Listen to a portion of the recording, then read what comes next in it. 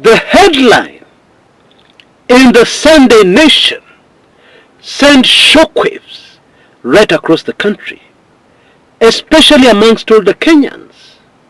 Kenyans who are old enough in the year 1982, in the month of August 1st to be exact. It sent shivers down many spines. Now, of course, what that headline was saying was that Raila Amolo Odinga had saved President Ruto from a military coup. Hey.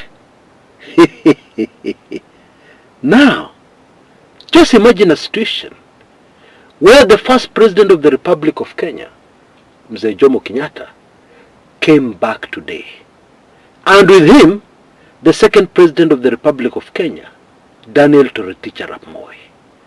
And then when they arrived back in the world of the living, and by the way, this is not unprecedented, the scriptures record that after the resurrection of Christ, people came back. Okay? Anyway, imagine that situation where they are back, and the first thing that greets them is this Sunday Nation headline. What do you think the reaction would have been? Hapana. Wacha tu turudi mahali tumetoka. What? Now the latest is that the military, through the Ministry of Defense, has responded and issued a statement castigating in very strong language this Nation headline. But hold on a minute. What exactly did Raila say? And even after whatever he said, what did Raila mean? You know, we must always appreciate the fact that Kizungu ilikuja na meli. Okay? A very warm welcome to my show today. Thank you so much for taking the time. And in today's show, we're going to break down this latest development. And then there is another kicker and a half. You see, there is a prophecy giving the presidency of William Samoei Ruto a certain deadline towards the end of April. And this prediction by a Kenyan man of cloth gives details of what is going to happen after Ruto exits power. And it is linked to what we're going to be discussing today. Hiyo ni moto au sio moto? Moto sana, in my opinion. And so, my friends, you have a lot on your plate to look forward to. But very quickly before we proceed, please allow me to acknowledge our sponsors for today's show. Lemify.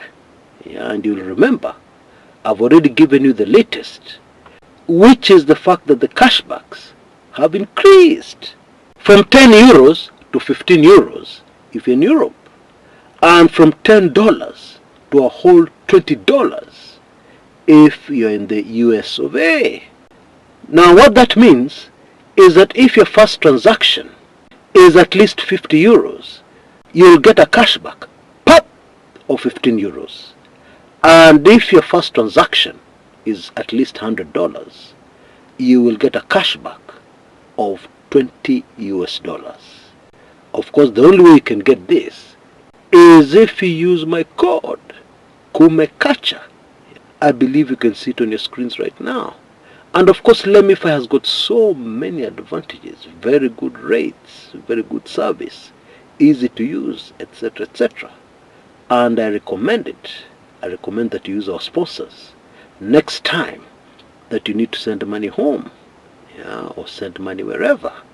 And please don't forget to use the code, my code, which you can see on your screens right now, Kumekucha.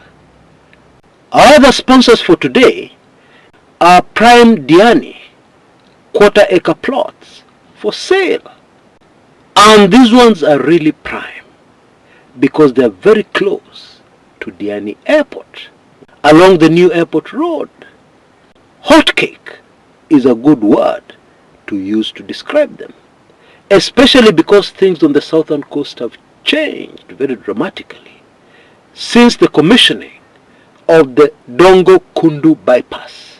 Yeah, another name for it, of course, is the Mombasa Southern Bypass, which links Mombasa Island to South Coast. You know, all these decades, all these years, the only way to get to the South Coast from Mombasa has been by using the ferry. And of course, you know, the ferry has many bottlenecks, delays, sometimes ferries break down, etc., etc. But now, it's Nywe and you're on South Coast. Naturally, this has changed a lot on the South Coast. It has become a very hot investment destination. And therefore, I highly recommend that you take a closer look at this prime land in Diani, close to the airport. You can see a number on your screens right now. Use that number and call immediately if you're interested. There are not very many good investments we have in our country right now, but this is definitely one of them. Right, let us proceed. What exactly did Raila say? What did he say? Well, a very good place to start is to take a closer look at what one of Raila's supporters in the Mount Kenya region told us during the Wayaki funeral in Kiambu County. I even covered it on this channel. Now, super fascinating. Since I did that video, I have been informed that this man is very, very close to Raila Amolo Odinga. Hata mara ingine anampelekanga hospitali. That's how close he is. The long and short of what this man told us is that we need to be very careful. We need to listen to Baba. We need to follow what Baba is trying to do, because the alternative is not good. Okay? The alternative is that mkisukuma Ruto sana, is exact words. Hii serikali itapewa jeshi. That's what he said. And let us take a very careful note of the fact that serikali kupewa jeshi is very, very different from something called a military coup. It's very different. A military coup is also very different from a civilian coup. Okay, let's keep that in mind as we proceed. The man added, and that audio is in a video on this channel, what he was saying. I played an audio of exactly what he said. He added that when Parliament approved the military to come out of their barracks at the height of the Gen Z revolution, okay, something did not happen that was supposed to happen after things cooled down.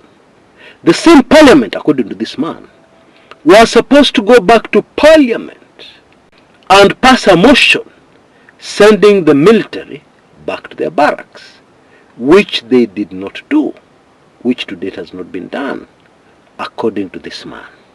Okay?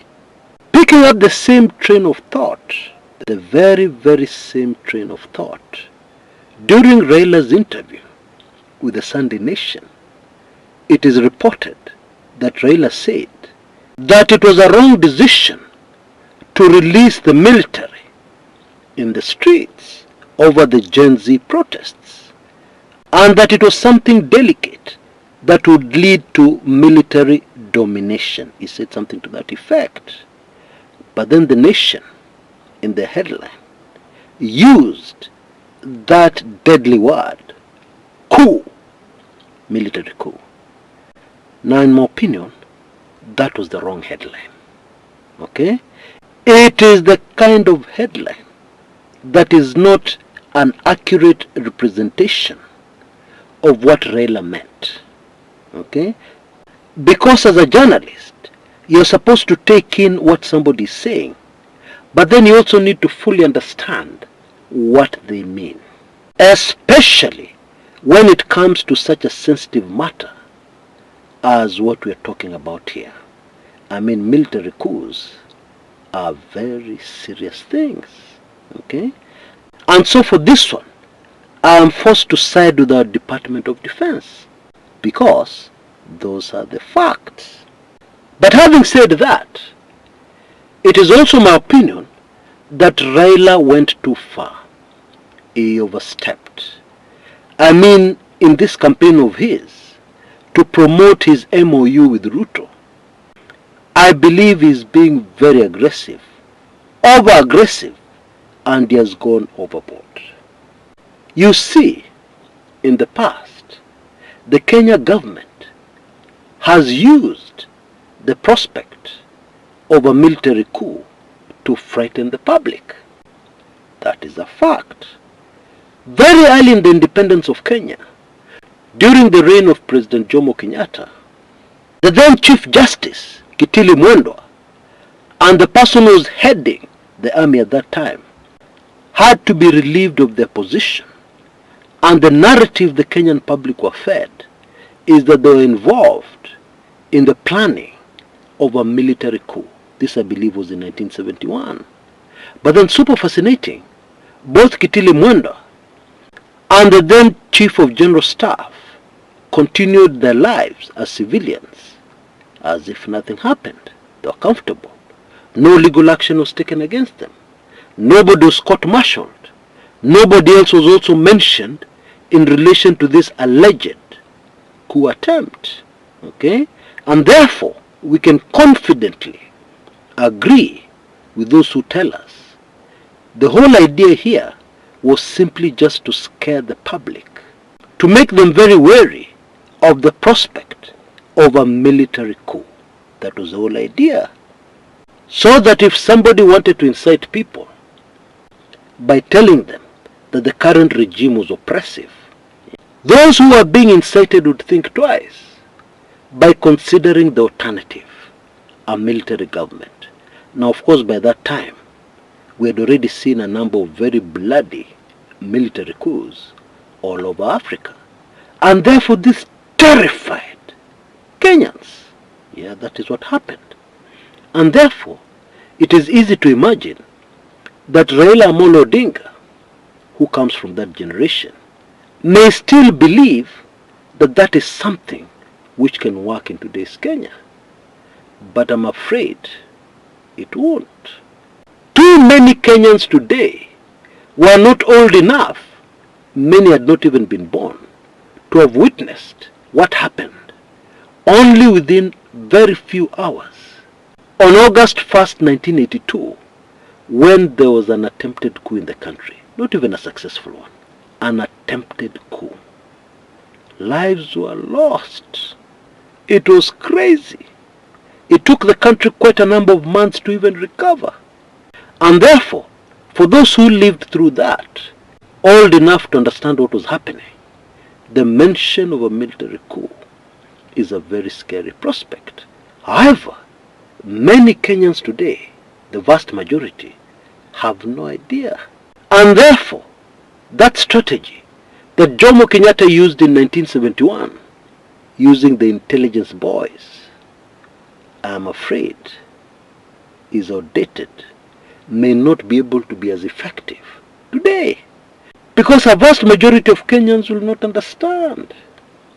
A vast majority of Kenyans will look at what is happening in a country called Burkina Faso, the good things, under a military man called Traore, and they will say, bring the coup. Kwani iko nini? Bring it on. It's not a big deal. Yeah, and we have to understand them, because you cannot understand something you have not experienced. You cannot understand something that you have not gone through. However, having said all that, any keen observer should know that this is not something that will go away just like that. Especially because of this prophecy, this prediction of the Ruto presidency ending. Yeah? And the prediction that after the Ruto presidency ends, something else will happen. But not a coup, not a military coup. Well, with predictions, there is only one thing you can do. We wait and see if it will come to pass.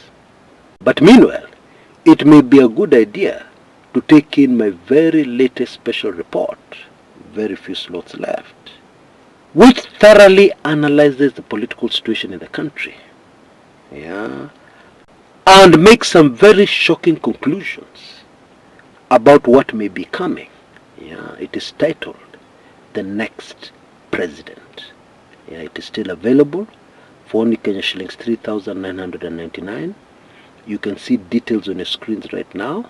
You have a very short time left to take advantage of this offer, and it may offer a lot of answers as to the possible scenario we're going to have, if this prediction by this man of cloth actually comes to pass.